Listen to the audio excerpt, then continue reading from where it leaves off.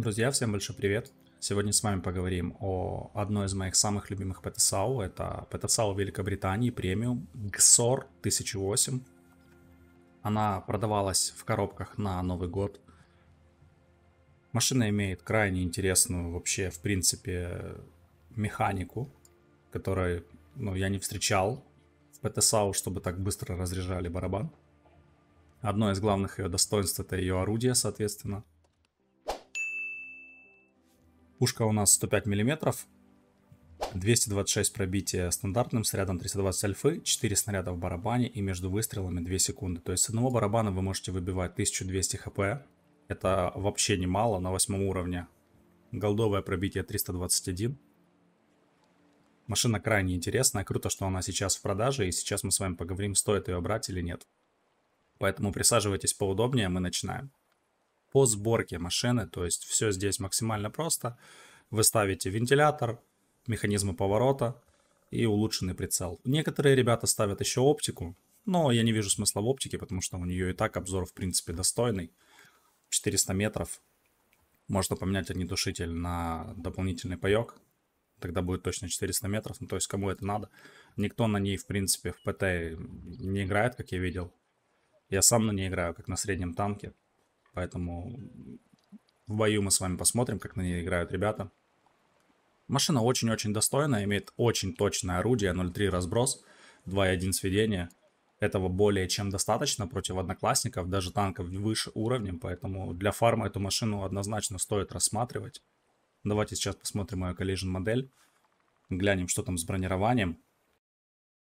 Вот так выглядит collision модель этого танка, то есть, как видим, это рыхлый достаточно танчик, который иногда может, в принципе, щекой что-то отбить, но в целом здесь 100 миллиметров, в некоторых зонах даже 50, потому надеяться на бронирование явно не стоит. Поэтому ваша главная тактика: вы подъехали к зоне, где много союзников и в то же время есть противники, подождали, пока кто-то отстрелялся, выехали, выдали барабан, между выстрелами 2 секунды, то есть это очень быстро, 1200 накинули и уехали на перезарядку. Перезарядка крайне долгая, 40 секунд, как на артиллерии, поэтому вы должны рассчитывать максимально точно, куда вы поедете и что вы там будете делать. Бой посмотрим с вами на большое количество урона. Я специально выбрал такой бой, где будет настреляно прям максимальное количество, которое есть на данном этапе. Пока этот рекорд никто не побил, но тем не менее давайте смотреть.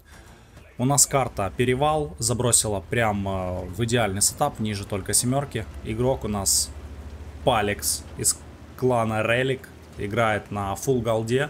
Напоминаю, это 321 бронепробитие, 320 альфы. То есть это колоссальное абсолютно бронепробитие. Для такого типа боя вы можете карать в любую проекцию любой танк. И это очень сильно. Решает ехать сразу налево, то есть в ТТ-СТ позицию. Сделаем миникарту побольше. Светится много противников. Я напоминаю вам, друзья, если вам нужна ПТшка для фарма, то есть чтобы фармить каждый бой, эта машина вам подходит. Она может набрасывать большое количество урона, имеет точное орудие и, что самое главное, барабан. Дает 3 выстрела по тигру.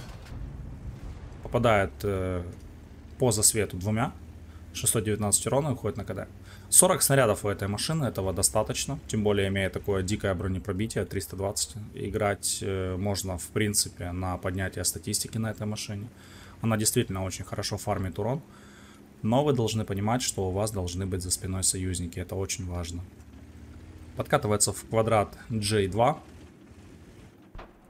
Ждет танки. В принципе, любой танк, который на него выкатится с ошибкой, он может его разрядить без каких-либо проблем. 1200 урона с барабана.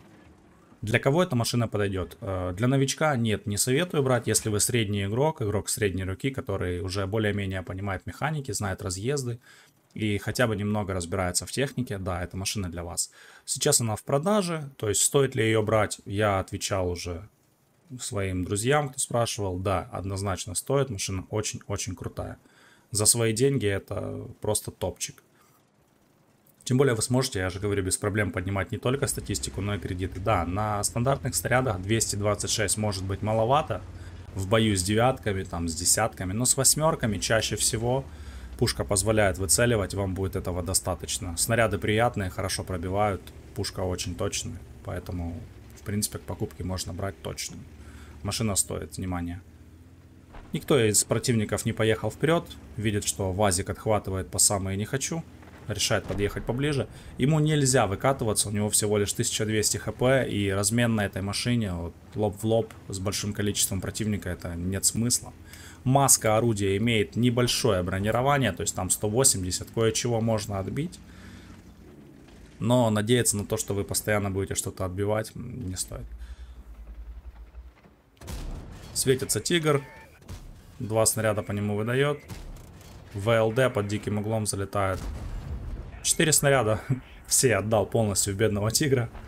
1900 урона уже есть. Нужно откатываться на перезарядку. Сзади умирает еще один союзник. 45 ТП. Счет 0-4. Похоже на турбослив. Печально. Если у вас часто бывают турбосливы, напишите об этом. Потому что у меня бывает очень часто. Прикрывает его револьверзе. Слава богу.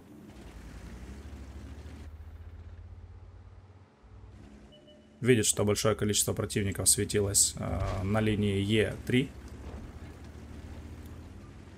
Подъезжает черепаха с тигром. Он спокойно перезаряжается. Сейчас, скорее всего, ждет выстрел черепахи и будет выезжать на нее. Есть, отстрелялась черепаха. Не попадает первым выстрелом в тигра. Расчетливо очень стреляет. Не пробивает в пушку тигра. Поспешил с выстрелом. Нужно было добирать черепаху. Все 4 давать черепаху, потому что она гораздо опаснее, чем тигр. Потому что имеет кое-какой ДПМ. Прикрывают его сзади союзники. Скорпион, совзводные револьверзе и Т-343. 2500 урона у него уже есть. Счет выровнялся более-менее. 3-4. Союзники у нас на 8-7 Д-линии немного подрались. То есть разменялись. Это большой плюс. Видим, что проигрывается центр. Сейчас Е25, скорее всего, будет умирать, потому что 2 ЛТшки на него заехал. Хотя союзный Линкс полетел помогать. Перезарядился. Добирает тигра. Дальше стоит черепаха. Черепаху также нужно разбирать. Получил неприятные 250 от черепахи. Рядом еще Т-20. Танкует черепаху. Иногда танк будет отбивать. То есть действительно в маске есть немного брони. Там 180. Кое-чего будет отлетать. Маска небольшая. То есть как мы видим, башенка в целом она не слишком такая крупная, аккуратная. И иногда вы будете получать рикошеты. То есть видим, что у него заблокировано 610 урона. Но рассчитывать на бронирование я бы не стал. Видит, что с центра заезжает Е25 и УДЭС. Счет 5-8. Это очень неприятно, то что в спину могут выйти 2 танка. Тем более УДЭС довольно альфовая машинка. Е25 скорострельная, но с альфой там очень мало. 135 альфа. А вот УДЭС это уже реальная проблема. Дальше светится штурер Эмиль. Вот в спину выходит УДЭС. Револьверзе сразу на него развернулся. Шотный остается совзводный. Умирает совзводный, не успевает он его спасти. В принципе, УДЭС для него двухвыстрельный, нужно подъехать. Нужно подъезжать его убивать. Еще один Е25. Не попал в броню на Е25. Добирает его. И становится для УДЭСа, в принципе, шотным. Союзники не смотрят абсолютно в спину. Ему нужно 40 секунд как-то выживать. Потому что перезарядка долгая, 40 секунд это немало, то есть как на артиллерии. УДЭС, в принципе, мог бы на него поехать, если бы считал его снаряды. Выехать спокойно, бесплатно его убить, без размена, без ничего. Я вам, кстати, друзья, напоминаю изучать танки, изучать ТТХ, потому что это очень часто бывают такие моменты, когда вот противник, как сейчас, например, отстрелялась полностью ПТшка, она в КД, КД долгая, а УДЭС на него не решается выехать. А мог без проблем выехать, убить, да и все. Но наш сегодня герой выезжает спокойно на УДЭСа после выстрела и добирает его без каких-либо проблем. Спокойно, расчетливо отсводится на черепашку, забирает ее. 5 фрагов, 4800 урона. Как видим, не самый сложный для него бой. В том плане то, что ничего прям сверхъестественного не происходило. Спокойно приехал, выдал барабан под союзниками, расчетливо стреляет по целям. Было, конечно, у него пара ошибок вот здесь, на квадрате G1. То, что он должен был разбивать не тигра сразу, а черепаху, которая в итоге пошмотала союзников. Остается всего один с ним союзник, это Лео, который на базе кружится. В спине остался Штурр Эмиль, видит, едет Чири. В принципе, Чири для него на один барабан. В барабане 1200 урона. Нужно не спешить. Стрелять расчетливо. Танкует Чири. Еще один выстрел. 170 очков прочности у него остается. Лео помог с ЛТшкой. Два танка противника. Это ВК-7501К и Штурр Эмиль. Для обоих он шотный. Без каких-либо проблем они его могут убить. Потому что, опять же, брони у нас чуть-чуть только в маске. Корпус рыхлый. Это только шестые вас могут не пробивать в корпус. И то через выстрел. Нужно помогать Лео, пока он жив. Он может танкануть, в принципе, один выстрел от ВК. Принять, точнее. Пушка точная, в принципе, дистанция до ВК не маленькая. Сколько там? Метров 250-300. 280 метров. Стрелять нужно наверняка. Не спешить. Хорошо. Вот сейчас была ошибка. Нужно помогать союзному Лео, потому что если они не убьют этого ВК, бой может закончиться. Нужно спокойно свестись. Ждет поворота. И не везет ему. Нужно было подождать, пока ВК повернет башню. Или немного переехать левее. Тогда бы он смог спокойно открыться для выстрела. Но он решил стрельнуть на удачу. Кто не помнит, у нас переделали вылеты снарядов. Они теперь могут вылететь из любой точки вот этой окружности. Раньше они вылетали из центра. А сейчас могут лететь куда угодно. И, как видим, у него прицел был на центре. Но, тем не менее, он выстрелил. И вылетело куда-то вообще не в ту сторону, к сожалению. Светится на центре Штурр Эмиль. Против двух танков он остается соло. 6 фрагов, 6500 урона, 740 заблокировано. В целом бой довольно интересный получился. Прошло уже 9 минут боя. Решает занять верх. Он не сможет с барабана забрать оба танка. То есть ему однозначно нужно убивать первым ВК и разряжать 3 снаряда в Эмиля. Это 900 урона. По-моему, у Эмиля больше, чем 900 хп, если 3 снаряда считать. Хоть урон и по 320 с выстрела, но тем не менее вы же понимаете, что прям большое количество ХП, там больше чем 1200, 50 вы не выбьете. Поэтому нужно с пониманием относиться к тому, что здесь долгая очень перезарядка и расчетливо выбирать свои цели и свои позиции.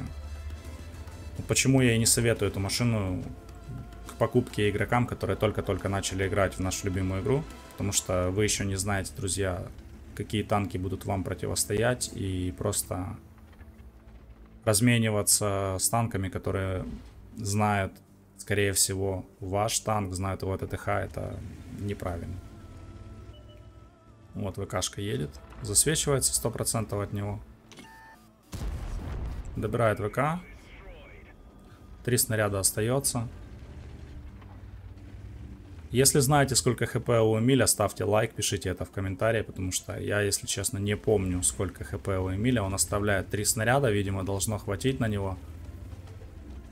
Эмиль, скорее всего, будет ехать из этого квадрата. Я же не думаю, что он поехал аж вот так в объезд. Зачем? Он играет так же, как видим, с дополнительным пайком. Пудинг с чаем. Вот Эмиль внизу светится. 850 очков прочности у Эмиля.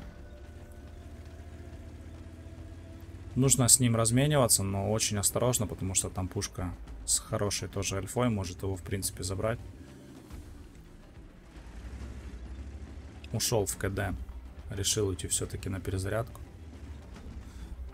С барабана была альфа бы 900, там 3 снаряда по 320, то есть меньше, скорее всего, бы не выпало, но он решил, не выбил бы он меньше, но такая вероятность, конечно, есть, он решил полностью пойти в КД. В ответ Эмиль не засветился. Интересное противостояние против Эмиля. Друзья, что думаете, победит он в этом бою, нет? Потому что я бой не смотрел перед тем, как его добавить в этот обзор. По фарму машина максимально Непредсказуемое, все зависит от боя, от вашего настрела. То есть, если вы настреливаете хорошо, держите дамаг там в пределах 2500, у вас стабильно будет на ней под сотку серебра, если играете на ВБ, конечно. А если делаете 3 выстрела и умираете, то, соответственно, фарм будет намного смешнее.